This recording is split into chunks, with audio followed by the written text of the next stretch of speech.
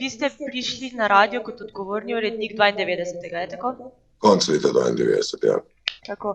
Zdaj pač mene prvo zanima, torej tranzicija, začetek nove države, torej radio je potem dobil status zavoda, ampak drugače je bil tak status dokaj nejasen, status Radia Študent. Do potem prvi poskus, da se to uredi, je bil sprejetje akta strani, torej ustanovitvi zavoda strani ŠOA. Kako je delovalo torej do sprejekta akta, kako je delovala komunikacija predvsem ŠOU, naj bi bil nek nenapisan dogovor, ker danes se zdi to skoraj nemogoče, da bi kar takega sploh delovalo, kako je delovalo takrat? Ja, takrat je bilo res obdobje intenzivne tranzicije, ne. Zdaj bom rekel, ni bilo tako, da je bil položaj nejasen, treba je bilo pa stvari pač urediti na novo v skladu z novo zakonodajo, ne. Če je bil prej pač Radio Študent delovna organizacija posebnega družbenega pomena, se je pač s prehodom iz socializma v kapitalizem to prekvalificiralo v zasebni zavod. Tudi ustanovitelj, ki je bil prej UKZSMS, se je transformiral v tistem času v ŠOU, ne. Ko sem jaz prišel na radio, smo imeli v bistvu dogovor o financiranju strani ŠOU-a, ki pa ni bil zares podpisan, čeprav se je izvajal. To je bila pač varovalka ŠOU-a takrat, če bi slučajno šlo karkoli proti njihovi volji. In druga zadeva je bila, imeli smo pač dopis sodišča, kjer so nas obvestili, oziroma registrskega sodišča, da po novem smo postali zasebni zavod in da moramo urediti akte, ki se pač nanašajo na ustanoviteljska razmerja, ne. Tako da to je bila ena od stvari, ki smo se jih mi takrat pač lotili, in to je, da smo začeli pisati nov akt o ustanovitvi Radio Študent. Ki je bil potem sprejet 93. koliko vem, in torej z njim se potem, kaj se je potem vlada stvari, katere se z njim razčistile, glede na to, da, kako jaz razumem, potem niti ni bil akt neke pravne podlage, ni imel, da bi bil vpisan v sodni register. Ne, stvar je bila še bolj banalna. Akt smo dejansko uskladili s ŠOU-om in ŠOU in študentski parlament ga je takrat sprejel. Kar bi moral Radio Študent narediti, oziroma takratni direktor radia, seveda je bilo pa to, da bi moral to vložiti na registrsko sodišče, kar pa se ni zgodilo, ker očitno tega niti ni vedel. Ne, tako da smo mi delali po tem aktu naslednjih 3-4 leta, s tem, da akt v tem času pravzaprav nikoli ni bil uradno registriran na sodišču. Dobro, medtem pa se tiste glavne zadeve z določenim zakonom pa so tako podobne kot danes, ne? Se ni pripisov spreminjalo? Saj zakon o zavodih se vmes ni kaj dosti spreminjal, točno to. Okej. Dobro, da bi pa potem jaz šla na zadevo, in sicer to, da takrat se potem pojavila želja torej radio umestiti kot skupnostni radio, pa me zanima potem takrat 94. je bila podpisana listina Evropskih skupnostnih radijskih postaj. Pa je bila ta listina zgolj neka simbolna zaveza in je večino funkcij skupnostnega radia Radio Študent itak že opravljal. Gledam, kaj je ta listina takrat sprejetje te listine pomenilo in pa kako je šlo potem dalje v tem duhu?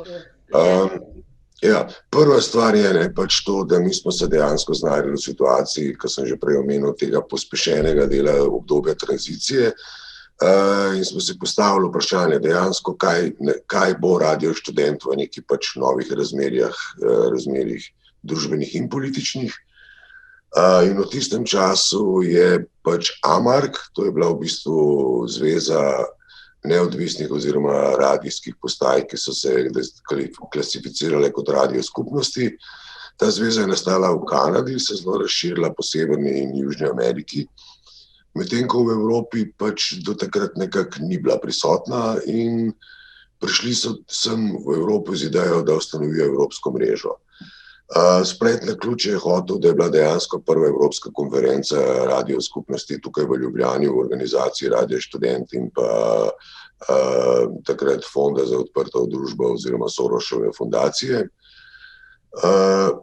Bilo je zanimivo videti, ker smo imeli takrat pravzaprav tako od Južne in Severne Amerike do, bom rekel, nekdanje Sovjetske zveze. In tako kot je bil jugoslovanski socializem neke vrste hibrid, bom rekel, med obema sistemama, Tako je tudi Radio Študent izpadel hibrid med obema sistemoma, ne. Recimo na vzhodu je veljalo, da radijske postaje, ki hočejo biti neodvisne, nočejo imeti opravka z državnim denarjem. To so bili pač dobri stari partijski časi, ne. Na zahodu so radijske postaje tega tipa imele praviloma samo subvencije od države, niso pa imele reklam oziroma niso hotele komercialnega denarja, ker bi s tem pač lahko kapital vplival na njih, ne. Mi smo imeli in reklame in državne subvencije in smo bili ravno tako radio skupnosti. Še to, radio skupnosti pač bom rekel tako, če vzememo recimo nacionalko oziroma RTV oziroma javni servis, ne, je to pač nek radio skupnosti, ampak pač v nekih, bom rekel, večjih dimenzijah, ne. Če damo pa potem na stran komercialne postaje, ki so pač služijo služenju denarja, ne, je v bistvu radio skupnosti vsak radio, ki služi neki skupnosti, ne.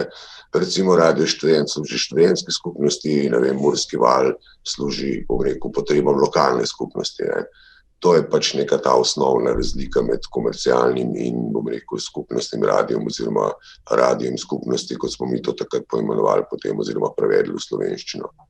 Okay. Pa ste imeli mogoče kak vzor pri tem preoblikovanju, ste že nekaj povedali, pa da so bile neke razlike, ampak mislim, ste se res katero smer, da bi bil kak radio ali v Evropi, ali pač kjerkoli druge, ki vam je tak ideal ali pa nekaj predstavlja mogoče pa? Zdaj, tako, mi smo se znali v malo hecni situaciji, ne. Večina teh, ki so prišli tako z vzhoda kot z zahoda, ne, pa takrat so bili naši študiji še dol v kleti bloka 8, ne, so bili pravzaprav fascinirani nad tem, koliko tehnike imamo, kaj vse počnemo in tako naprej. Zmerilo jih je tudi to, ne, da je pravzaprav praktično najstarejši neprekinjeno delujoči radio skupnosti v Evropi zrastel v socializmu, ne. Tako da, ko smo mi mislili, da se bomo od njih nekaj ful veliko naučili, se je izkazalo mogoče bolj obratno v tistem trenutku, da mi lahko marsikaj naučimo druge, ne. Kar smo pa seveda hoteli takrat vedeti in razumeti, nas je zelo zanimalo, pa je bilo seveda, kako delujejo te postaje na zahodu in kako preživijo, ker smo vedeli, da nas bo to čakalo v prihodnosti. Torej, finančno preživetje v smislu, ki je potem tudi v bistvu finančna stabilnost nek temelj za potem neodvisnost medija, sploh, ja. No, torej, kako so pa, če ste potem vi dobivali denar deloma od organizacije, ne, pa potem takrat ste začelo ministrstvo razpisovati, kako razumem, projekte, pa to, pa potem neke donacije, kako so pa potem, če ste zdaj prav povedali, če me popravite, pa potem, kako so pa potem na zahodu funkcionirali, torej, ste že nekaj prej povedali, samo še možno. Zdaj, na zahodu, ne, bom rekel tako, povprečju, če je bil radio tak, recimo, da ni oddajal zgolj, ne vem, 2 ure na teden, ko je bilo ogromno teh skvoterskih radijev, ne, ki so delali čisto na prostovoljni bazi, pa ponovadi na frekvencah, ki niti niso bile registrirane. Recimo, če se pogovarjamo o nekih radijih ala Drei Ekland, ki je bil recimo takrat najbolj uglednih nemških radijev skupnosti, tam je bilo tako, zaposlen je bil direktor, tajnica in pa v bistvu šef tehnike. Uredniki so dobili nek honorar, vsi ostali so delali kot prostovoljci, ne. Tudi ni bilo, ne vem, špikarjev, tehnikov in te delitve. Načeloma, če si imel kaj zapovedati, ne, vsebinskega, nima veze, si bil zdaj v glasbeni redakciji ali si bil v političnem programu ali karkoli, si se pač mogel naučiti sam govoriti, sam rihtati tehniko in sam poskrbeti za vsebino in v zameno za to si dobil določen programski prostor. Skratka, vse stvari so bazirale pravzaprav na prostovoljstvo, razen te osnovne ekipe, ki je skrbela za vzdrževanje infrastrukture. Na Radio Študent pa so takrat bili tako do zdaj pač honorarji? Na Radio Študent so bili seveda honorarji, ne. In še ena zadeva, kar je bila tudi dediščina socializma, ne. Imeli smo nadpovprečno veliko zaposlenih ljudi v določenem trenutku, glede na ostale postaje, kar je bila dostikrat posledica, oziroma določena delovna mesta so bila recimo narejena na račun tega, da so določeni kadri, ki so zrasli na RŠ-u, pač niso mogli potem dobiti v državnem sektorju oziroma drugje zaposlitve, ker so bili recimo, sporni zaradi svojega delovanja.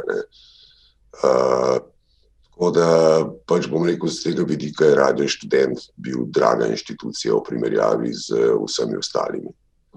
Dobro. Zdaj, jaz moram priznati, da sem si mogoče ta termin skupnostni medij oziroma radio malo bolj tako grobo predstavljala. Vi ste prej tako povedali že lepo, da vsak nek služi skupnosti, je v bistvu skupnostni medij. Zanima me to malo ta relacija oziroma odnos, torej študentski radio za študente, deloma ga študentska organizacija tudi financira, torej tudi ta evropska rezolucija, ki je bila v teh skupnostnih medijih leta 2008 sprejeta, ta odgovornost radia skupnosti, za katero je ta radio.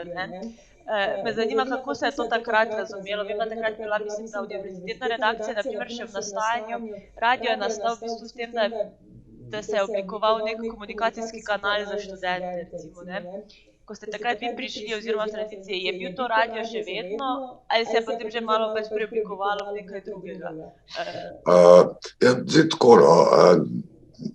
če pogledamo malo širšo sceno, da tako rečem, ne samo Radio Študent, ampak recimo tudi Mladino, pa Tribuno in tako naprej. Recimo, če berete Tribuno v 60-ih letih, pa v 50-ih, oziroma od nastanka tam konc 50-ih, je do konca 60-ih let, velik poudarek znotraj tega tudi na socialni problematiki študentov in tako naprej. Podobno je z Mladino. RŠ je imel recimo v 70-ih tudi univerzitetno redakcijo oziroma eno variacijo tega, ki je kasneje zamrla, pa se je v 80-ih celo za takratno, finančno injekcijo ukaza SMS ponovno oživel, pa je zamrla zaradi tega, ker v 80-ih se je pravzaprav kompletni diskurs premaknil v polje političnega. Nima veze, a govorimo o Radio Študent, govorimo o Tribuni, o Mladini, dejansko je šlo v tisto smer.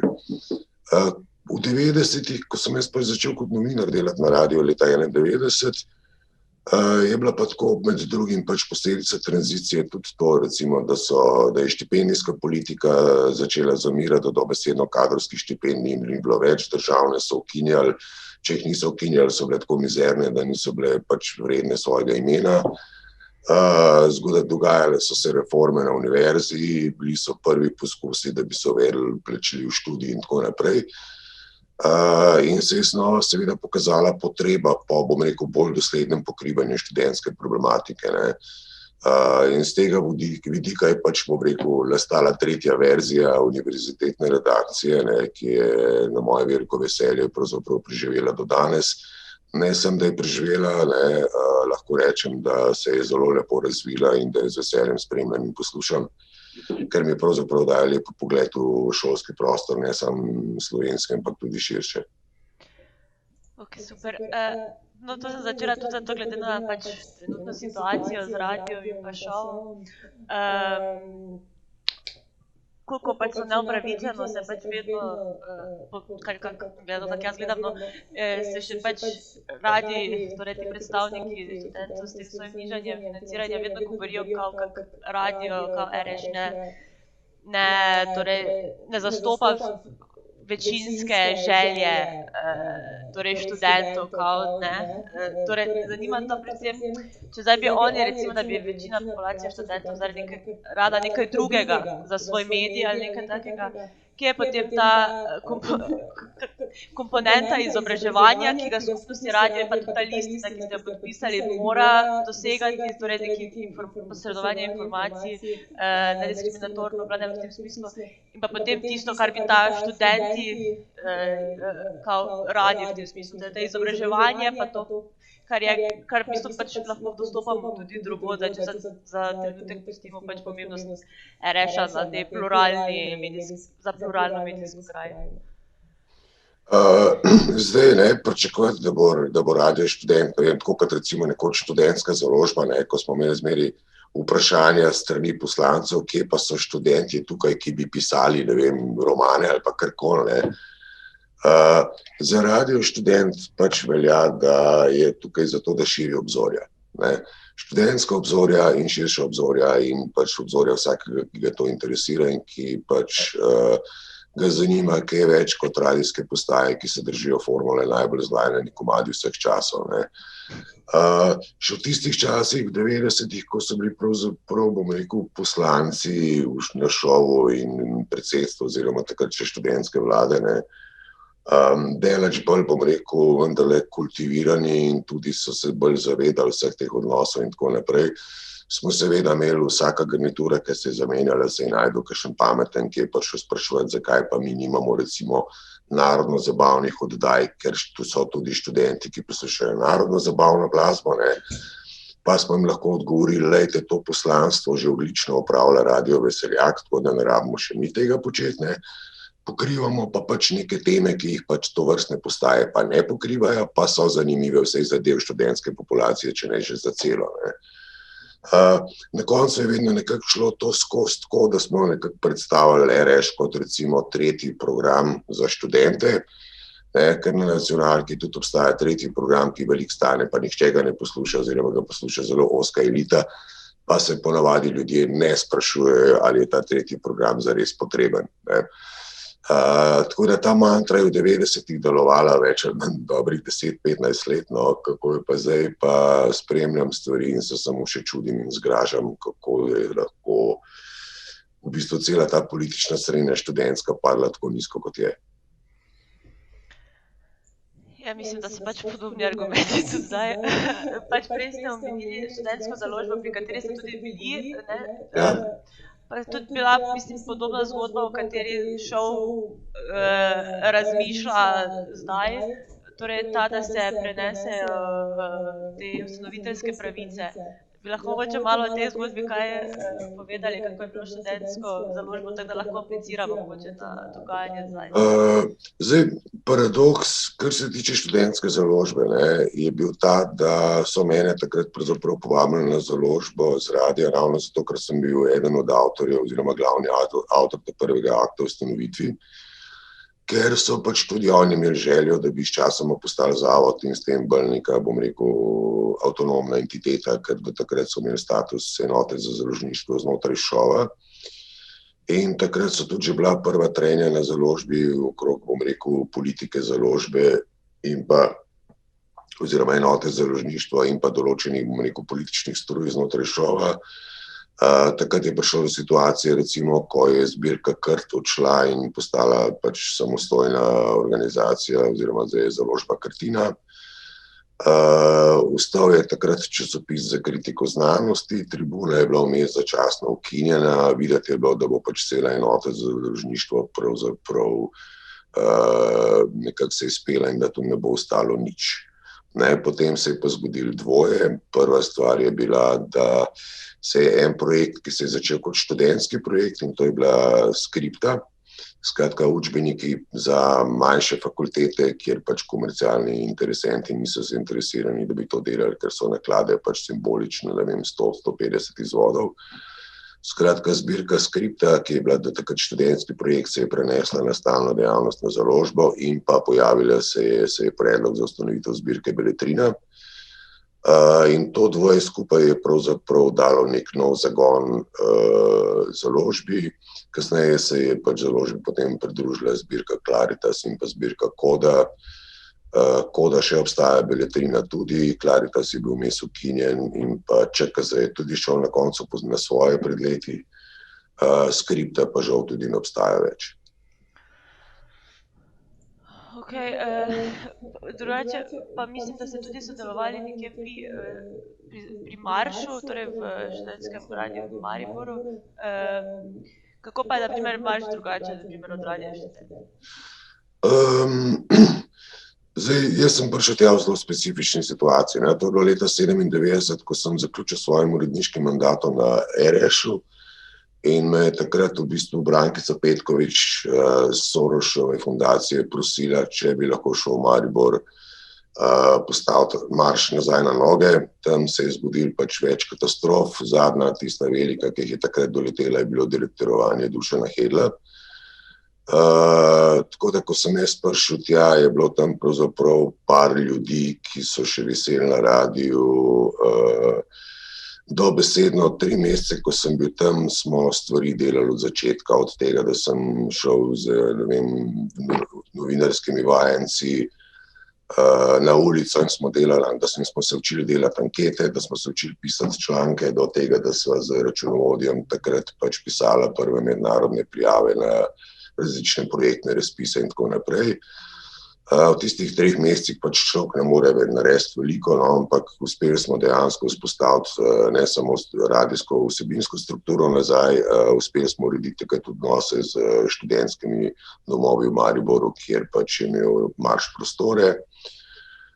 Uspeli smo pač urediti tudi neko ustanoviteljske razmere, kakor se je dalo, no, ampak radio je dejansko potem par let deloval spet normalno, dokler ni prišlo spet do nekega novega vala zapletov, s katerimi pa žal nisem bil več seznanjen potem. Dobro, super. Torej, kaj sem si želela? Potem, ko ste pa vi zapustili s tem 90. leta Radio Študent, torej takrat več niste bili ob teh stavki sodelavcev, do katere pa mislim, da prišlo zaradi notranjih trend, predvsem zaradi... Ne, nisem bil več prisoten. Takrat je bila pač zgodba o konfliktu med direktorjem Dejanom Jelovcem in pa, bom rekel, enim delom vsebincev. Ne moram reči, da so bili vsi vpleteni. Zdaj, paradoks je ta, no, da Dejana Jelovca je pravzaprav pripeljala na Radio Študent moja ekipa. Takrat je pač novi akt predvideval tudi to, da mora imeti direktor minimalno univerzitetno izobrazbo. Jaz pa takratni direktor sva bila oba v skladu z novim aktom imenovana za VD-ja do izvedb prvih, bom rekel, volitev, se pravi do prvega razpisa za direktorja in pa za odgovornega urednika. Ko je bil razpis objavljen, je pravzaprav edini človek, ki je izpolnjeval pogoje in se je prijavil ta razpis, bil Dejan Jelovec. Priporočil nam ga je Darko Štrajn, bil je filozof, nam se je zdel takrat v redu kandidat. No, pa se je izkazalo, da smo se zelo motili. Tako da je tisto obdobje pač zaznamovano potem z neko serijo konfliktov, ki so se dejansko končali šele po tistem, ko je Jelovec v bistvu zapustil potem funkcijo direktorja Radio Študent. Dobro, še nekaj sem želela vprašati. Mislim pa, da takrat je tudi razmišljala o tem, da bi radio šel da bi radio spravili na nacionalne frekvence. Predvidevam, da se bi takrat tudi radio sam moral vsebinsko preoblikovati, če bi prišlo. Zdaj, ta zgodba je pa nekaj starejša, no, in v bistvu je z konca 80-ih let, poznam jo pravzaprav iz pripovedovanja par starejših kolegov, ki so bili na radiju, takrat še na radiju, ko sem jaz prišel. V glavnem, ideja je bila takrat, zelo je forsiral Franci Zavrl, ki je bil takrat odgovorni urednik, je bila, da bi Radio Študent pridobil nacionalne frekvence. Kar bi bila cena za to, takrat verjetno se pravzaprav tega še ni vedelo, za nazaj se je pa pol to vedelo zelo dobro, no, je, da bi verjetno mi postali potem trobilo za SMS-ja oziroma takrat za SMS liberalne stranke oziroma kasnejšega LDS-a. Radio se je takrat dejansko razdelil na 2 struje, eni so tukaj videli priložnost za nacionalne frekvence, drugi so videli tukaj past. Na koncu se je izkazalo, da so imeli te drugi prav, ker se nam je celo Zavrl to priznal, ko so se enkrat pogovarjali, je rekel, mi smo bili takrat zelo zagreti, ampak ko smo videli pol kasneje, kam te stvari peljejo na dolgi rok, smo ugotovili, da je bilo za radio boljše, da je osnov znotraj teh gabaritev, kjer je bil, ker je s tem lahko obdržal svojo avtonomijo. Ok, super. Zdaj bom jaz spet malo skočila, ker mogoče ni najboljše, ampak sem se zdaj spomnila. Mislim, da ste v intervjuju, ki sem ga poslušala, ker ste bili na radio lani, ste takrat, torej kako ste v praksi takrat povabljali neke civilne iniciative, torej kako se je to, torej v okviru vse te ideje, torej radio scenirati kot skupnosti radio. Če bi lahko malo to, torej kako je lahko neka skupina družbena, torej skupina dobila glas na radio? Tako pač eno od teh idej radia skupnosti seveda tudi ta, da daš prostor tistim, ki želijo kaj povedati, ne, pa normalno tega ne morejo v drugih medijih, recimo, ali pa nasplošno, ne. In moram priznati, da smo prav nekako, bom rekel, iskali okrog interesente, ki bi bili pripravljeni delati tovrstne oddaje. Ena prvih, ki je pač, bom rekel, tako bila zainteresirana in je tudi pograbila zadevo, je bila Altra.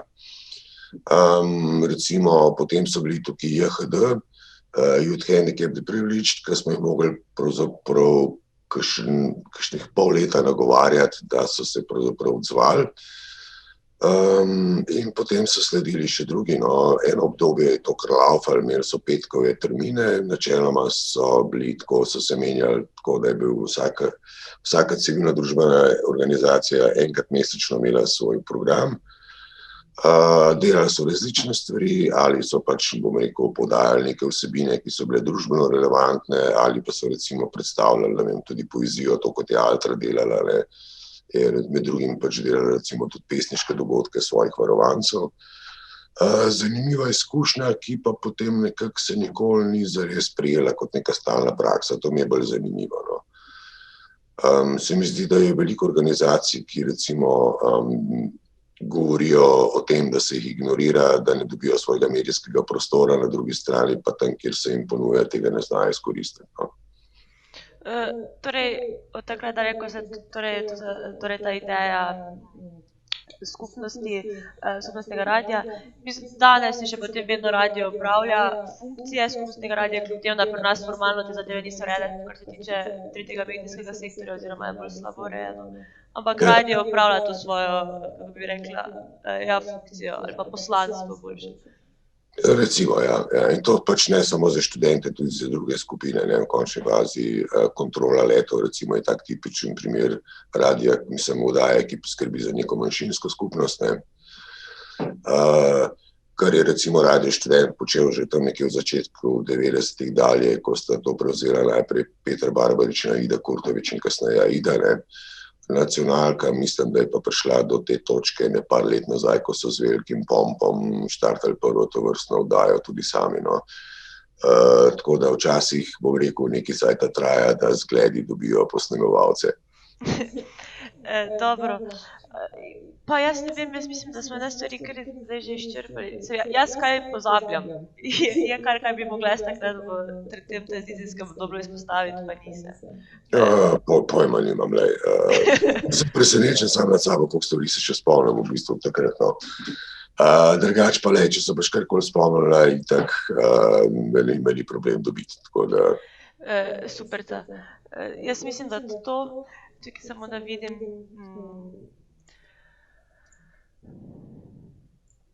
Kako...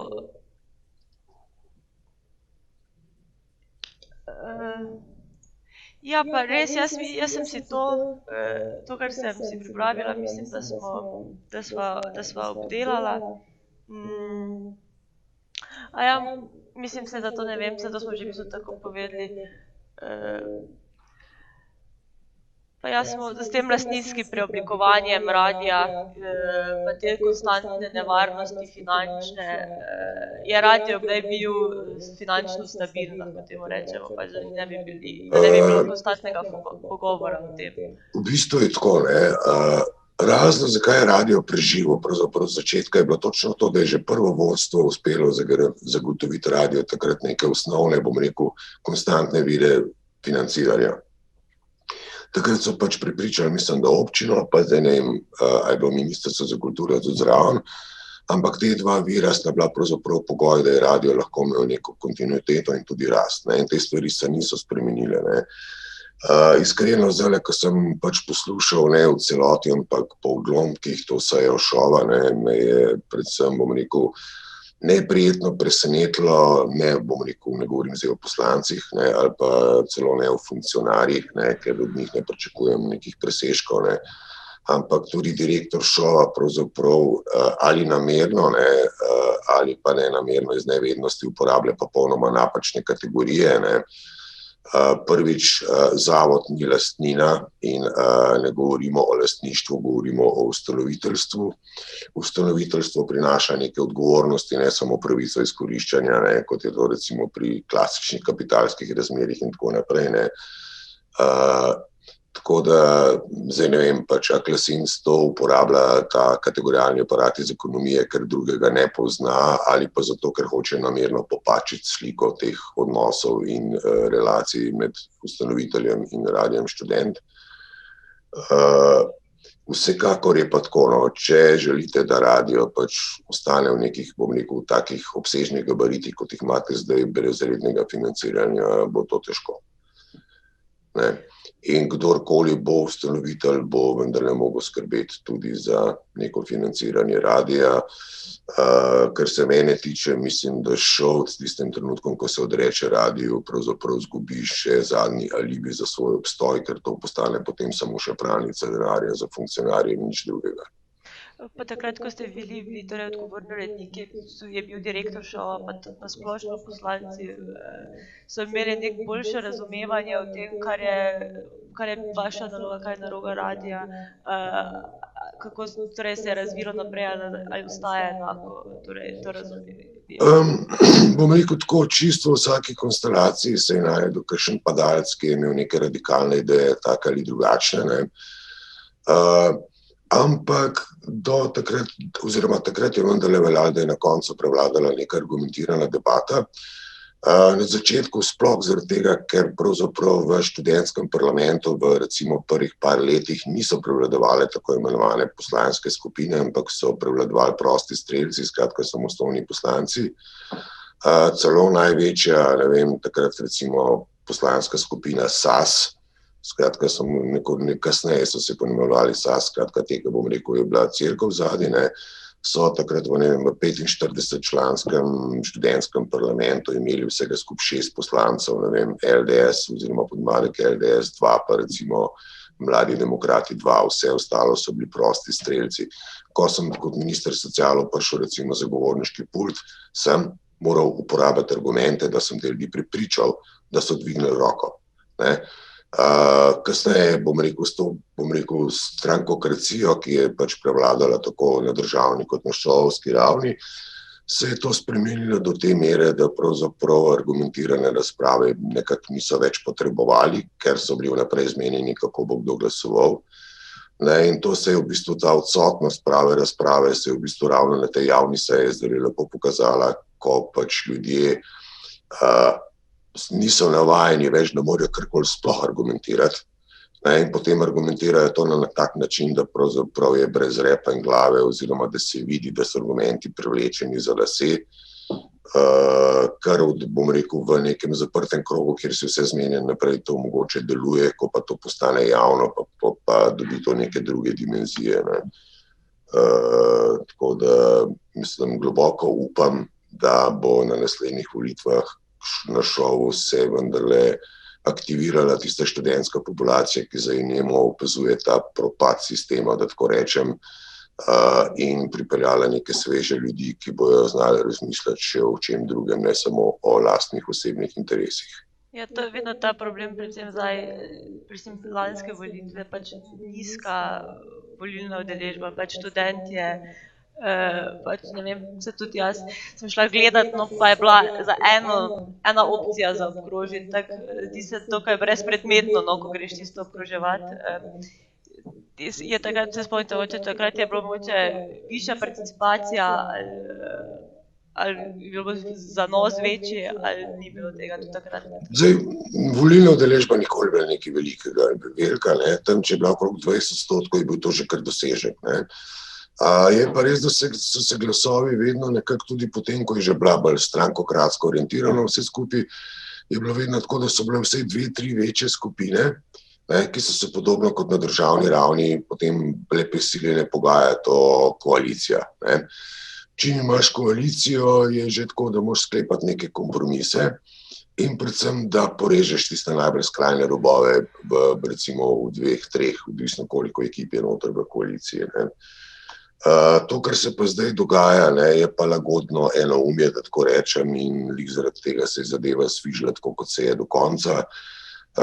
Skratka, neka kleptokratska, netransparentna struktura, ki pravzaprav ne dela drugega, kot skrbi zase in ji v bistvu vse ostalo predstavlja samo strošek.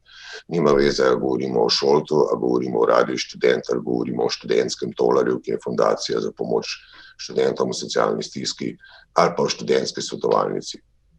Vse tiste dejavnosti, ki so dejansko namenjene študentom, pravzaprav, bom rekel, se jim denar vedno bolj krči. Zato rabimo Radio Študent. Tudi zato potrebujemo Radio Študent. No, pa če bi bil to edini razlog, bi bilo slabo. Hvala Bogu, da vas imamo.